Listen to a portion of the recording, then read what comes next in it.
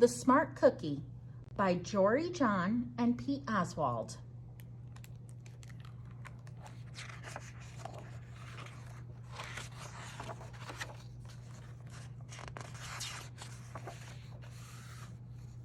Greetings, I'm a cookie. I live in a bakery on a street corner near a river. Come on in.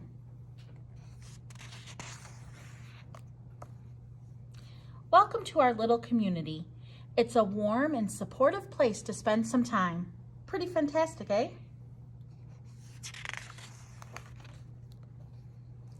These days, life is sweet, but my journey wasn't always a cakewalk. When I was younger, I couldn't have imagined fitting in here. For a long time, I didn't feel comfortable speaking up or sharing my ideas. I didn't feel like a smart cookie. I wanted to be a cookie who knew all the answers, a cookie who felt confident in a group, a cookie who said aha when solving a puzzle, like this, aha!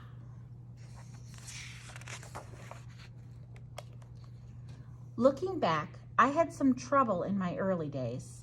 I went to school in a gingerbread house. Our teacher, Miss Biscotti, was kind and patient. When I arrived each morning, she'd wave at me and smile.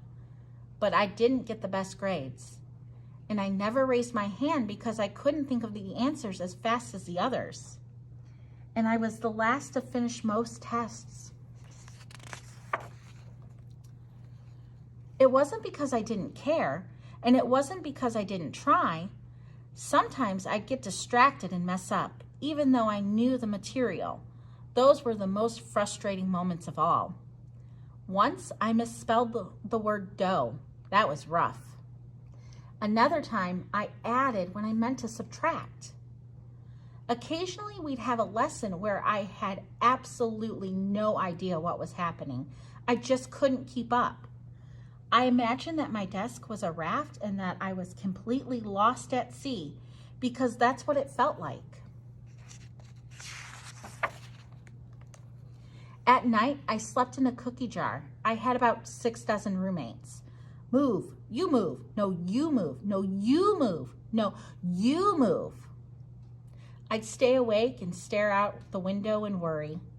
And it went this way day after day after day. But then something happened that changed everything. It all started with a homework assignment. Miss Biscotti requested our attention one afternoon. Tonight, I would like you to create something completely original, she announced. It can be anything you want. Please bring it to class tomorrow. That was it. There were no further instructions. Miss Biscotti winked at me as I gathered my belongings. I felt like I had a million butterflies in my stomach. Create anything? Something original? Due tomorrow? Gulp. When I got home, I immediately went to work. At first, I tried a cooking project. The results were half-baked. Next, I tried to hammer and nail something. It splintered immediately. Then I tried making a sculpture. It was a complete bust. I wondered if I was about to fail yet another assignment. I was stuck. I stared out the window and watched the rain hit the river. There was something mesmerizing about the water, how it moved in such a chaotic way, swirling around and around, yet ultimately figuring out exactly where it needed to go. Suddenly, I had an idea. I decided to write something original. A poem. I came up with a title based on how I'd been feeling, my crummy days. After that, the rest of it seemed to fall into place. I wrote, and I wrote. I lost track of time. An hour went by in a flash. Aha, I said when I was finished. I couldn't sleep that night, but it wasn't because I was worried. It was because I was excited. I felt like I had really accomplished something. I felt smart. The following day, Miss Biscotti asked for volunteers to share what we created. One kid showed off his original frosting art. Another kid revealed her sprinkled distribution machine. It was neat seeing how everyone is good at such different things. Finally, Miss Biscotti turned to me. Would you like to share anything, she asked. Gulp, I gulped. I thought I'd probably crumble under the pressure, but I made my way to the front of the classroom. I noticed my hands were shaking. My mouth went dry. This poem is called My Crummy Days, I said, my voice cracking, and then I read it aloud. As I spoke, I noticed some kids nodding at certain lines. Other kids laughed at parts that were supposed to be funny. As I built toward the finale, I felt myself becoming more confident and animated. And in the end, everybody clapped and cheered. I promise you this, I'll never, ever forget it. Miss Biscotti was beaming. No one but you could have written that poem, she said. It was completely original.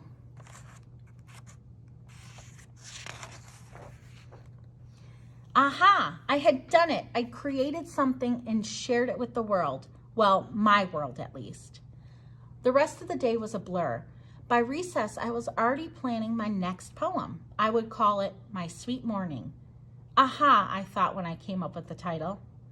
Later that afternoon, Miss Biscotti handed me a note.